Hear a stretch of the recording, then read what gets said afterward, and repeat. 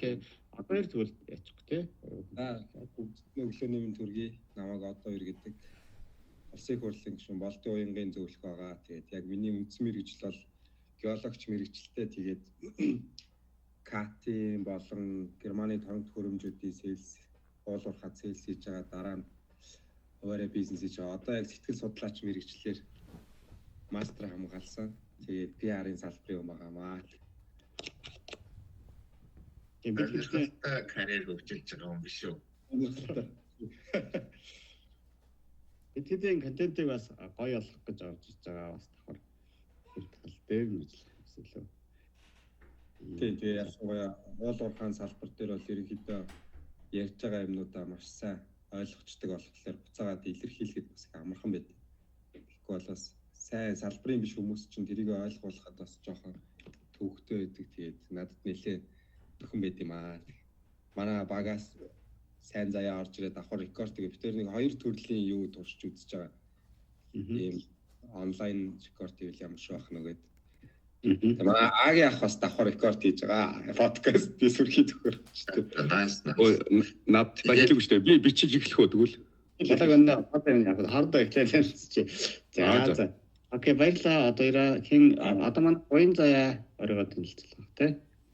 Бүгдээрээ танилцсан Аваг Боин заяа гэдэг. Тэгээ 2025 онд сургууль эдийн засгийн мэргэжлэр төгсөв. Тэгээд Эрдэнэс Монголд одоо энэ мега төслүүд дээр судалгаа хөндлөгийн хариуцсан чиглэлээр ажиллаж байгаа. Одоо энэ сүүлийн 4 сар Эрдэнэ Монгол компанид санхүүгийн шинжлэгчээр ажиллаж байгаа.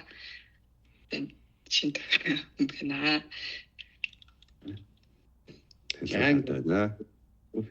Бүгдөө намайг таних чинь би тэгээд алгасчих.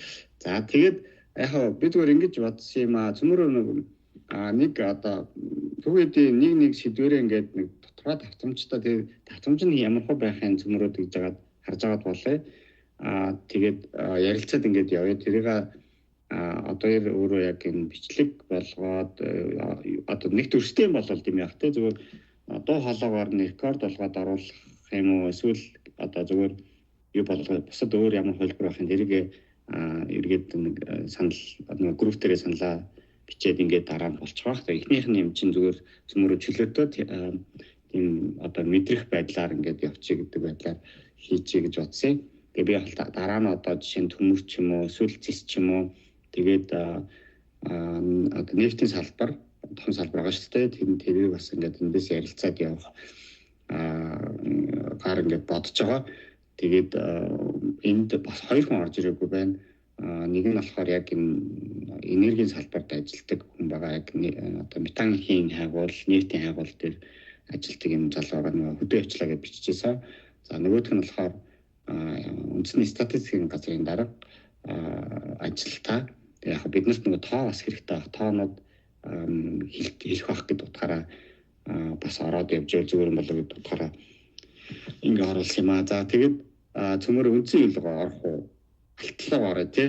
Алтны 25 оны алтны сэдвэр. Тэгвэл одоо ирээ шууд рекорд гээд эхэлчихэ тий. Цөмөрөө. Хэцэн байгаа. Тийм үү. За тэгвэл 25 оны алтны одоо гүйцэтгэл гэх юм уу тий. Тэр талаар бүгдээрээ өөр өөрийнхөө өнцгөөсөө ингээд ийм юм байна. Одоо ялангуяа одоо Австралид ийм байна, Канадад ийм, Монголд ийм байна гэдэг. Тэгээд байгаль орчин талаасаа ийм бас харагдчихсэн шүү гэдээ ярьчул зүгээр ах гэж бодож байна. Нэг бас өөрсөд нэмж бас цар хүрээгээ бас нэмж хэлж бас ярьж болно. Гэхдээ бид нар нөгөө айхтар ингээд учир шалтгаан дүгнэлт хэлэхээсээ илүү зүгээр энэ оройнд энэ өнцгтэр ийм их юм болж байна гэдгээ л ярихад л би бараг болчих хөнгөн байдлаар л гэсэн үг тийм. Тэгвэл Австралиас эхлээд нар мандах зэгээс хамгийн эхлээд Австралид ч одоо юу яадаг гэдэг тий.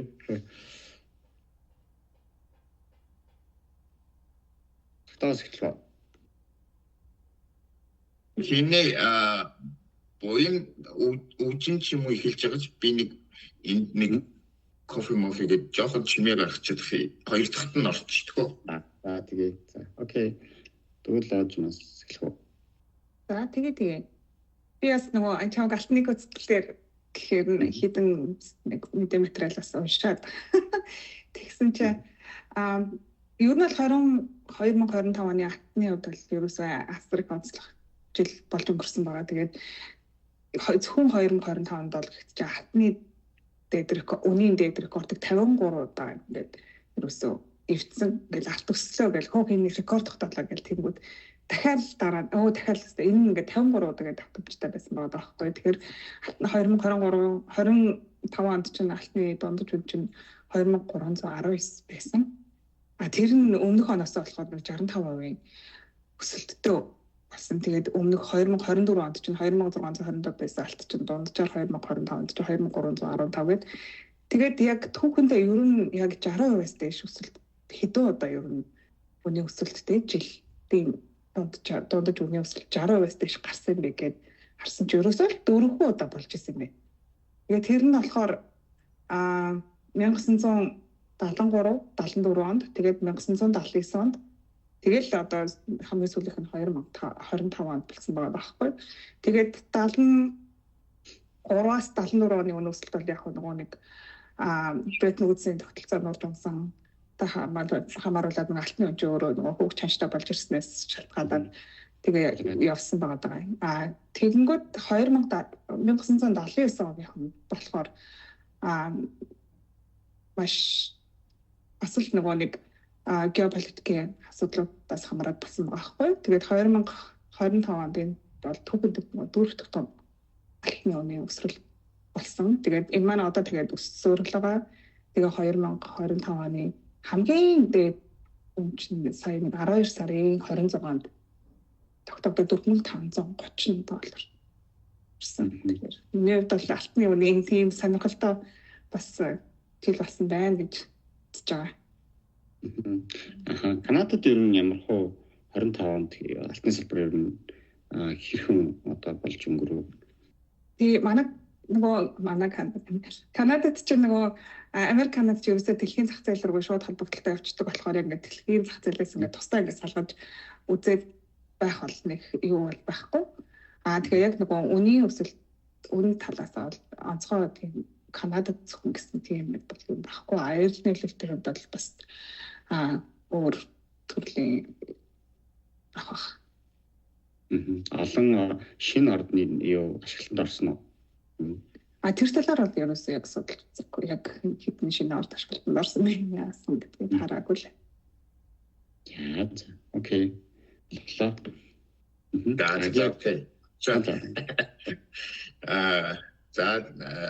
Баярлалаа. Үжингийнхтэй нэмээд нөгөө айгуу сонирхолтой ирүү үед бид нэр амьдарч байна.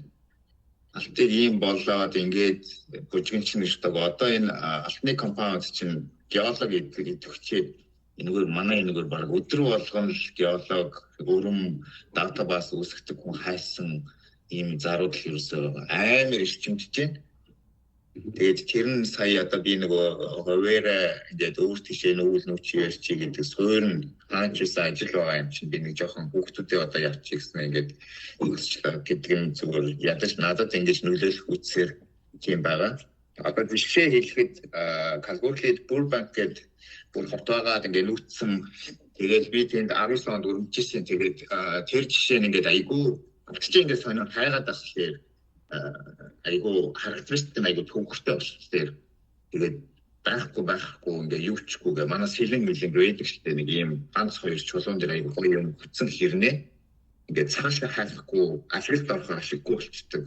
Тийм юу талбайд айгу их байдаг. Тэгээд энэгээр чинь бүгд тэрэж хараад шинэ ордууд одоо тухайн үедээ хинч ашиггүй болохгүй системүүд болсон. Маш их амжилттай юм л та. Нэг тийм том өргөн фронт явж байна. Хоёр дахь өргөн фронт бол нөгөө дээхэн одоо яг 90-ад оноос өмнө үүсгдсэн нөгөө хаягдлууд чинь одоо тэр чинь дундаж чинь тэгээд асгахтаа аваачаад системтэй нэг доор боловч яг өрөмтгөр чи яг орд нэг юм алга цог штэ. Тийм болохоор ингээд зориулж ерөөсөө тэрнийг боловсруулдаг байсан.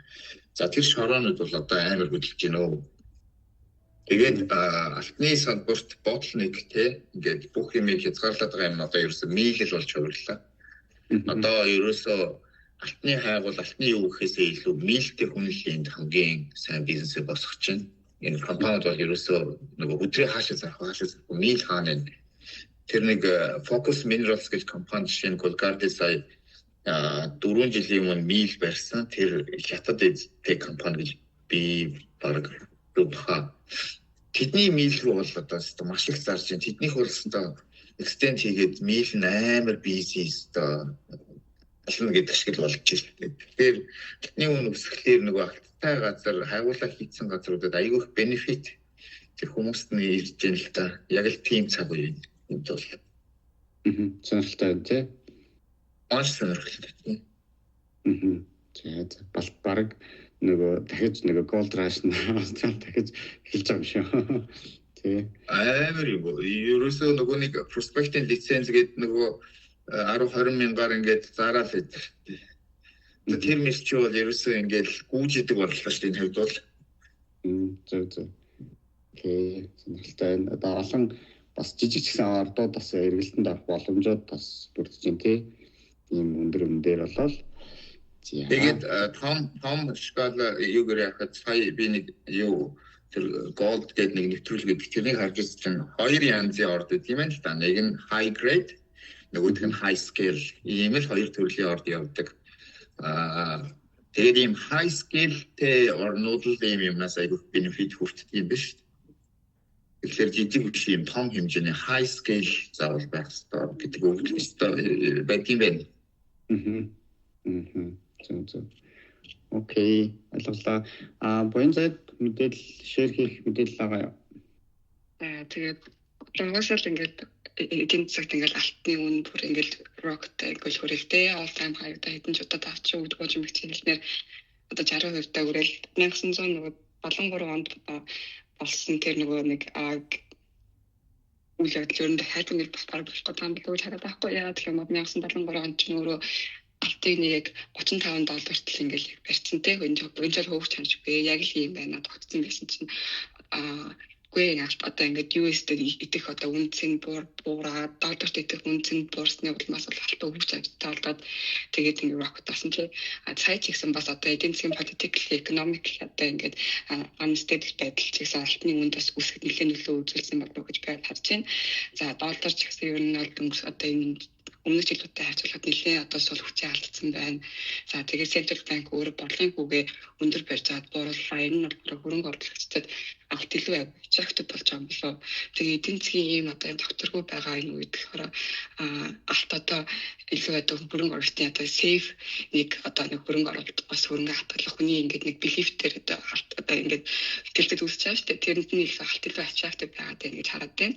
Тэгээд энэ одоо belief дээр одоо том тоглогчид орж ирсэн одоо улс орнуудын төв банкуд маш их алтныхаа нөөцийг одоо ингээд өсгөөд тэ эдийн засгийн одоо политик одоо өөрсдөө ингээд хамгаалж байгаа учраас ийм all time high-тай хүрч хүлээж ер нь хажиглаад байна. Зөв. Тэ одоо энэ 73 оноос хойш тэр технологи бас айгүйх дагаж хөгжсөн юм лээ шүү дээ. Үнэн ингээд суларч чөлөөлөгчлөөр тэгээд технологи айгүйх одоо бидний хэрэгжилж байгаа гол технологи яг 70-70 оноос хойш яг одоо бүр яг өнөөдрийн дөрөвдөрхөө олоод ингээд явсан юм билээ. Тэгэхээр би бас энэ 25 оны үнийн өсөлт цаашаа байгаа энэ өндөр доктортой байвал бас дараагийн шатны технологиуд бас нэлээд гарах байхаа гэдэг үлээлт бас энэ дээр байгаа. За Батбаатар нэмж бишэл мэдээлүүд ялангуяа манай Монгол орон дотор тоонуудтай таан дээр таа мэдээлэл өгөөч. За бүгдээр нүглээр минь дүргийа тэгээд уучлаарай хоцроод ороод ирлээ. За яг нөгөө өмнөх 10 минутын яриаг бас сайн сонсоог учраас ерөнхийдөө мэдээлэл өгөхөд за миний хувьд болохоор алтны зах зээл дээр өмнө нь Монгол банкн дээр валютын нөөц өдөртөө байхдаа нэлээд бас анхаарч ажилладаг байсан. За яг тэрнээс хойш сүүлийн 5 орчим жил дээр бол яг илүү статистик дээр ажиллаж байгаа болохоор гадаад зах зээл дээр бол тийм нэрийн одоо судалгаа эсвэл одоо багаж одоо мэдээлэл бол бага байна.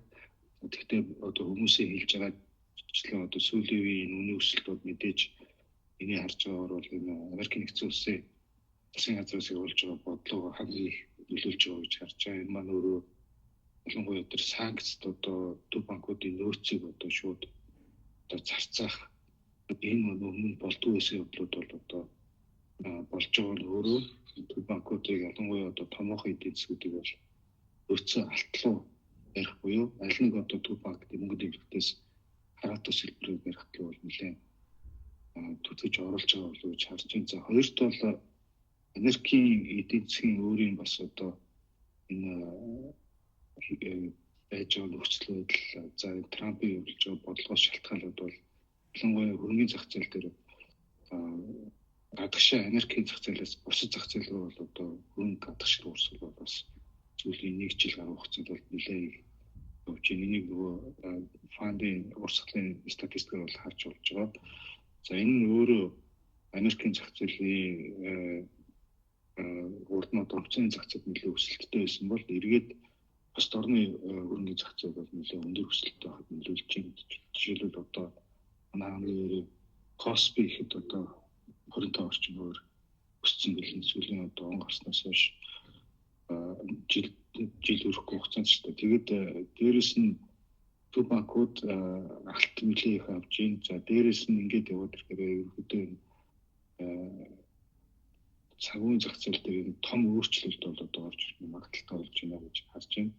За нэмээд тэр нь нөгөө Америкийн Трампын нөгөө батлуулт нөгөө One Big Beautiful Act гэлөө төсвөл тэрний бас өсөлт үзүүлэх нөлөө бол одоо бас нэлээд тэр алдагдал үүсгэр байгаа. Энэ нь өөрөө эргээд Америкийн засгийн газрын ерөн доктортой байдал талдаа бол нэлээд том нөлөө үзүүлнэ гэдэг нөлөө гарч байгаа. За энэ бол мэдээж бас дэшний үед бол нөлөө үзүүлнэ гэж шинжээчд үзэж байгаа бүгд мэдж байгаа. За тэгэхээр ерөнхийдөө алт бол одоо $5,000 төрчнө гэдэг нь бол одоо урд нь бид нэр одоо дилер байх хугацаанд одоо ерөөсөө хамгаалж байгаа маш өндөр том хэмжээнд хүрчлээ. За энийг эндээсээ би нөгөө Монголын зах зээл рүүгээ оруулж ярихаар юу гэж ярих вэ гэхээр үндсэндээ бол Монгол улс маань өөрөө 90 оноос хойш гол валютын нөөц бүрдүүлж ирсэн юм бол одоо зэс нүүрсний зах зээл салбарт өссөн бол алт байсан. За та бүхэн мэдж байгаа алт дилерийн хэрэггээд тэрнээс хойш алт хөтөлбөрөөр хэрэгжүүлсэн. За энэ бол ерөөсөө зорилго нь богино хэмжээнд одоо Монгол улс валютын хөөсөртөө болоод одоо тэрүүрээ одоо нефтийн тариага авах тийм валютыг бүрдүүлэх зорилготой бүрдүүлж ирсэн одоо тийм хөтөлбөрүүд. За эндээс эхлээ ингээ хараад хад ерөнхийдөө 2010-ад оны одоо ихэнх үе гээд ерөнхийдөө Монголын одоо уул уурхай хүмүүс бол илүү сайн мэдэх байхаа. Бид нар одоо төв банкн дээр харж ирсэн өслөд ямар болсон бэ гэхээр шороо ордууд ерөнхийдөө төлхөө байсан.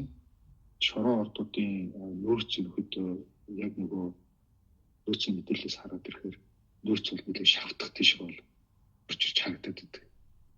Одоо нөгөө батлагдсан нөөц тэгээд тухайн жил одоо олборсон одоо нийт хэмжээгээ тэгэхээр 14-5 он л бол дэлхийн дондох тийшээ гэрцэн. За энэ ирээрээ бол одоо тушааж байгаа алтны хэмжээ бол төдийлөн өсөв болцсон.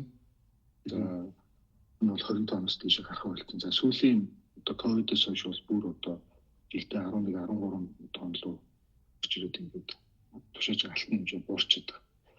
За энийг ингээ бид нэр ажиглахаар мэдээж одоо Баян онгор өөрийн гастик газар одоо үндсэн орд орж байгаа боловч үндсэндээ энэ том хэмжээний жилдээ 2-3 тонн алт олборлттой байсан компаниудын олборлтын хэмжээ бол сүүлийн жилүүдэд бол нэлээд буураад орж ирж байгаа.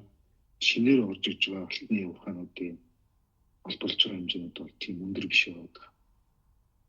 Тонн өрөхгүй одоо килограммтай 100-200 кг-тай одоо ордууд маш их болоод байгаа. Тэгэхээр ерөнхийдөө яг эндээс уул уурхайн салбарын одоо хавга илүү мэдэх учраас яг одоо алтны үн дээр одоо лиценз олголт олборлтын одоо цаашаа яаж явах юм болов гэдэг бол бас анхааралтай. Сэдв болж байгаа болов уу гэж харж байгаа. За яагаад вэ гэхээр усан төсөв батлах дээр жил болгон ерөнхийдөө сүүлийн 2-3 жил 20 тонн алт олборлоноо гэж одоо төлөвлөгөө босруулад за тэндээ тааруулсан одоо төсөв болгоод төсөөлөө явуулдаг. За гүйцэтгэл 24 дээр 11 тонноос 20 гэж орж ирээд нөтлөн 16 бол сая нэлээд буцаад өссөн. Гэхдээ 20% өссөн өрөхгүй байгаа даа.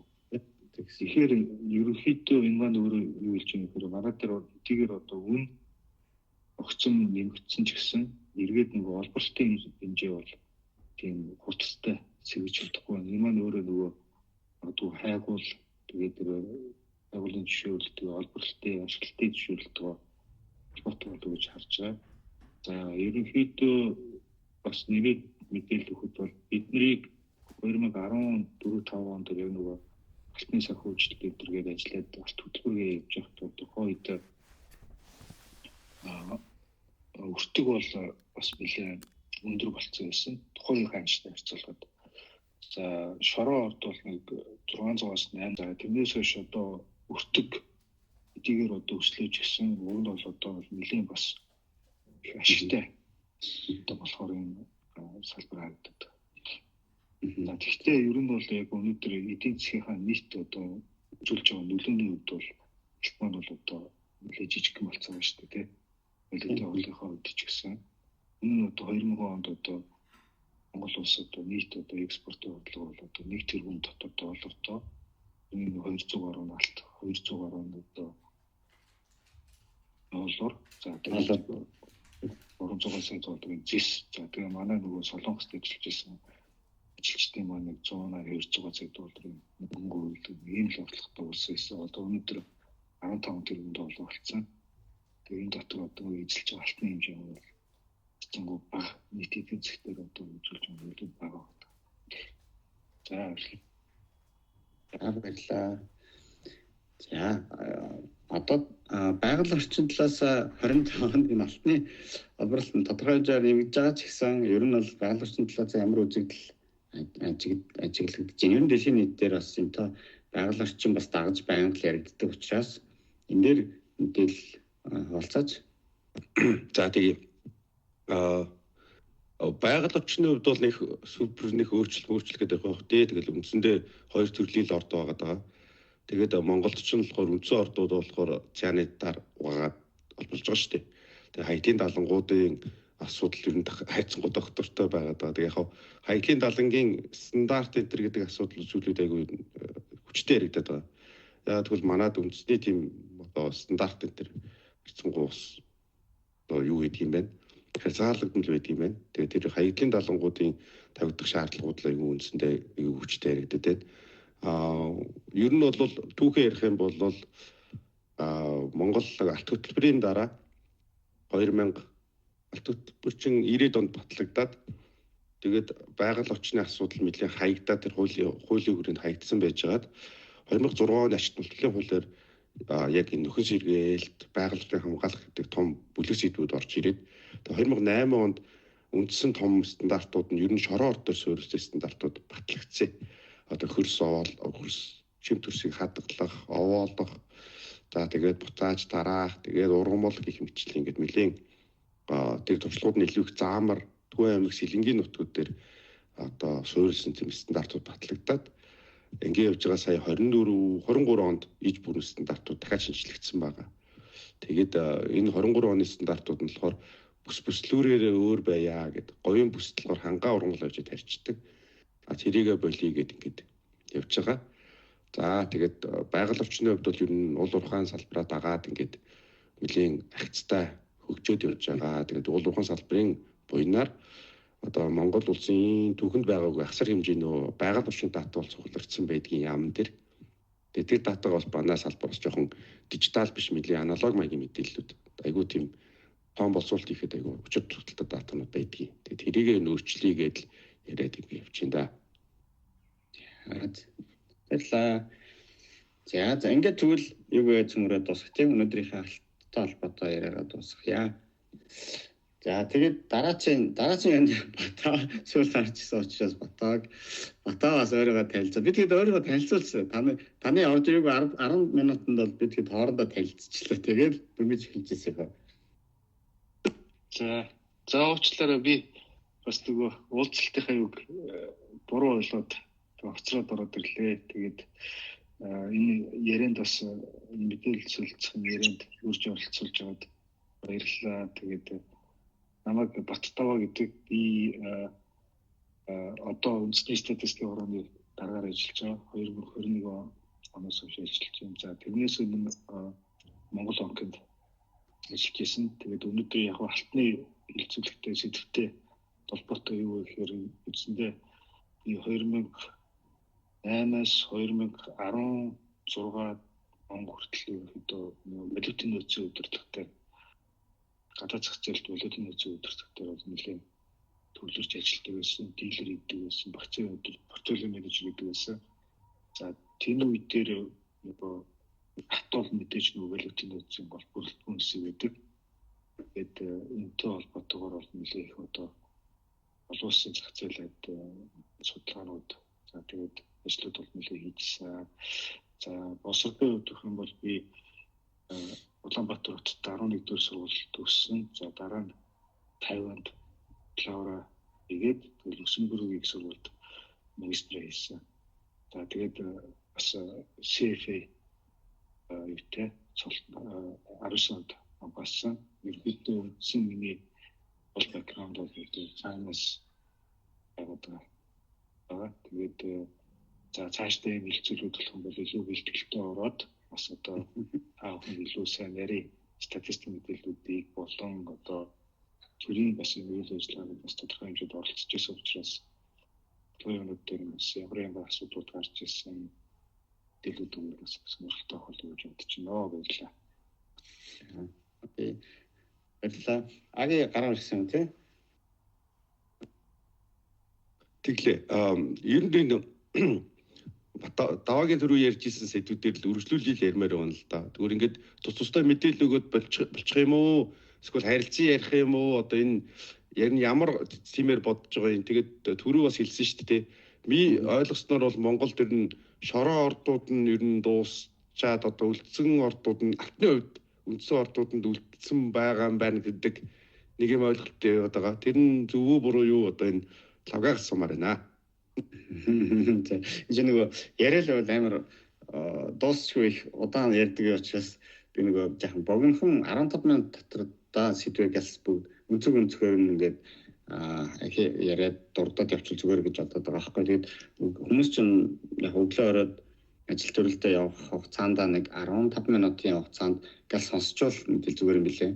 Тэгээд бид чинь бүгд бас завгүй юм чинь байнга ингээд уулзаад байхгүй учраас яг нэг өөрсдөө төвшөлгүй байдлаар тийм таймингийн бас бодсон мөлөөс хард нэг удаа ч юм уу эсвэл одоо тавд өөрснөө бас хэлэхгүй те ямар хөө байвал зүгээр гэдгээ хоёрдугаар контент нөр зүгээр ингээд сонсоод өнгөрдөг байвал бас зүгээр ч юм болов гэж бодсон. Гэхдээ таад бас давхар хэлээрээ одоо ер бас нэмж хэлээ. Тийм миний хувьд бол иймэрхүү байдалтай байна. Тэгээд цаашаа яаж явах яг өндөө бол зов шийдэг байна. Дээрээс нь яг ингээд дэлхийн нийтийн хамааралтай, эдийн засгт хамааралтай, улс орнуудад хамааралтай, түүхийдтэй хамааралтай юм тийм онцлог үйл явдал болгоо тэр үйл явдлын дараах нь нэг бас цаг алдахгүй зөмөрөө жаахан судалгаа хийгээд тэгээ бас тэн дээр яриул зүгээр юм болоо гэж бодсоо. Одоо сая нэг сард нөгөө Венесуэлтэй холбоотой үйл ажиллагаа ч юм уу эсвэл Гренландтай ч юм уу тийм иймэрхүү бас дундуурын сэдвүүд бас оруулж ирээд тэргээ дахиад бас түүхийдтэй холбоод яриул бас зүгээр юм болоо гэж бодсоо. Тиймэрхүү байна. Тийм аги алтыг одоо бид хэд юм ярьчих чинь цагаа яахын тулд нэг цаашаа яриад явах тийм. За өөр энэ дээр манахаас нэмж юм сая нэмж хэлэх санал байна уу? Дотоод дахиад гараа ирсэн юм тийм. Миний санал яг товчхон байхыг бол дэмжиж байна тийм. Гэтэ 15 бас арай бага. Тэгээд бас яг нөгөө илүү үр дүнтэй ханд тулд үрчлээд хэдүүлээ яг юу ярилцах уу гэдгүүдэд нэлээд сайн мэдээлэл солилцоод тэгээд явчих юм бол нөгөө бэлтгэлүүдээс яачих юм бол нөгөө сонсч байгаа юм дэж гэсэн мэдээлэлт болно. Тэгэхгүй бол нөгөө хитрхи буу алах тийш рүү явчих юм бол тийм яг тийм хэрэггүй болчих тийм нэг мэдээлэл өгөх юм болвол тэгвэл баг сэдвийнхаа дагуу нөгөө Viber дээр за би энэ хүрээнд ярина гэд баг мэдээлэл орчлогч зүгээр юм байна. Тэгвэл нэг давцуулахгүйгээр юм аас бодож байгаа юм байна. Окей, уужим. Тэр нөгөө нэг онцлог үйл явдлын дараах анализ бодлоор тэр бол айгүй сонирхолтой санагдчихэв. Тэгээд яг дэлхийд ямар нэг онцлог үйл явдал болохоор өөрөөсөө хань хөдлөөр судлаад санал залсан тэрийг дэмжиж байна. Бас Батавагийн хэлснээр урьдчилаад юу ярих вэ гэдгээ бас яг илтгэх юу н жоохон хэрэгтэй юм шиг санагдлаа. Өнөөдрийн юмас уулзалтаас тэрнээс гадна болохоор ер нь яг хинд зориулж байгаа подкаст вэ? Ямар зорилготой вэ гэдгээ бас мэдчихвэл яг тэр чиглэл рүүгээ ингээд хаамаагүй ингээд яваад тахгүйгаараас тэр чиглэл рүүгээ явчихвал зүгээр ерөнхий нөгөө general public зориулсан байх юм бол арай ондоо манай уулга яг салбарынхаа хүмүүс зориулъя гэж байгаа бол бас арай ондоо байдлаар ярих шаардлагатай болох бах тий. Тэгээд тэрийг бас хэдүүлээ тохирчвал тэгээд ярих ярианы манд цархуурын бас өөрөө тодорхойлогдож явчих واخар. Би бол паблик байвал бүх хүндэл зориулсан энгийн мэдээлэлтэй ойлгохгүй зойл зүгээр юм болов уу гэж бодож ирсэн. Тэгээ та бас ингээ гэвэл бас бүгдөө ярилцаад бас болох хаа. Нэг айхтар би бол заавал нэг тийм нөхцлүүд ер нь бол бодоагүй. Ямар ч гэсэн яг энэ чиглэлээрээ тэгээ өөр газар өнцгтэр ажиллаж байгаа хүмүүсүүд мэдээлэл шеэрлээд тэгээ олон хүмүүс энийг бас бодож байгаа. Энэ манай ялангуяа төвөд талбайтай яг тийм тухайн салбарт нь ажиллаж байгаа мэргэжлийн хүмүүсүүд нь нэг ярьж байгааг юм билээ. Ер нь нэг тийм мэдээлэл өгдөг юм билээ. Дандаа нэг юунаас одоо нийтийн эсвэл интернетээс ч юм уу те эсвэл одоо яг бэлтгэгдсэн юм мэдээлэлд явдаг. Тэгээд тэр нь илүү тоотоогоо байж байвал илүү зүгээр юм болов уу гэж бодоод тэгж бодсон юм аа. Цагтаа гарсан те.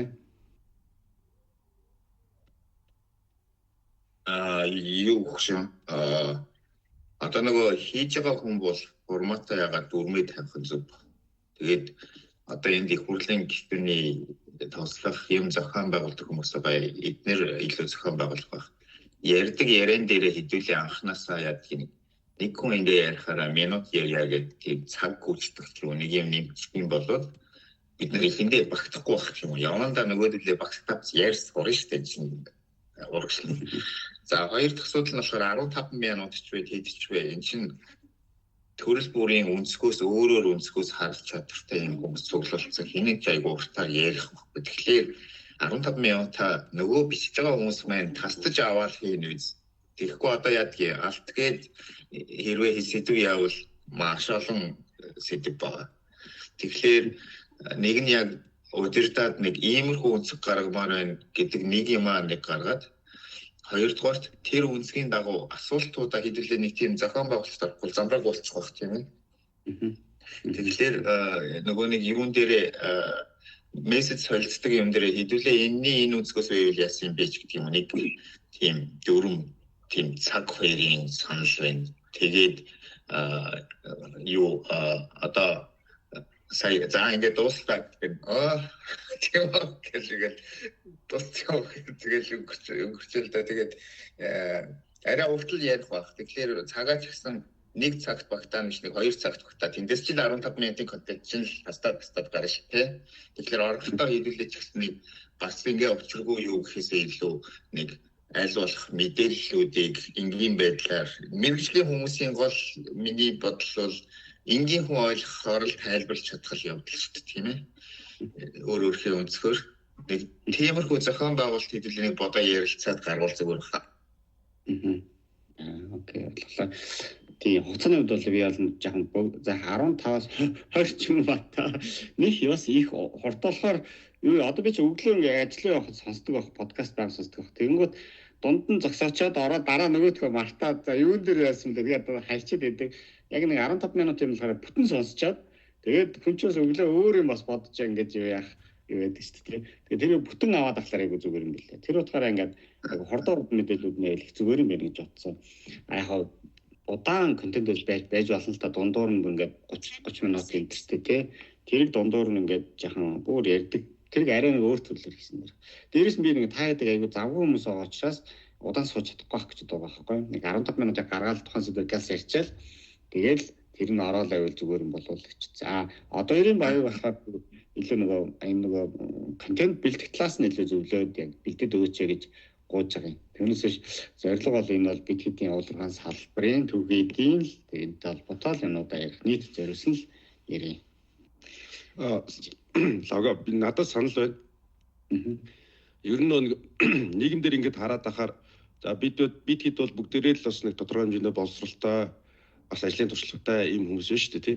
Тэгээ нийгэм дээр ингэ хараад ахаар нийгмийн тодорхой асуудлууд дээр одоо ингэж бид нар шиг нэг үеийн залуучуудын байр суурь сонсогдохгүй байгаа байхгүй юу?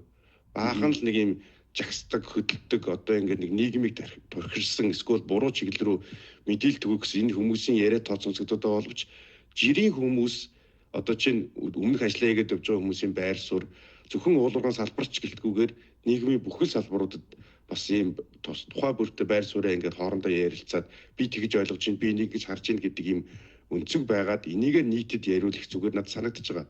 Тэр форматаар явбал надад бол энэ гоё яриа болох бах. Зүгээр 15 минутын шорт бол за окей. Зарим хүмүүс нь 15-аараа сонсдгийм байгааз зарим нь жишээ нь Батцангэл Цахидлын амаржинтай хийсэн цаг 30 минутын подкаст бол би бүтээ сонссон цаг гаргаж байгаад. Тэгээд энэ уулуурхайн салбар сонирхдаг спортын салбар юу болж байгаа ингээд гимтчлэн тий.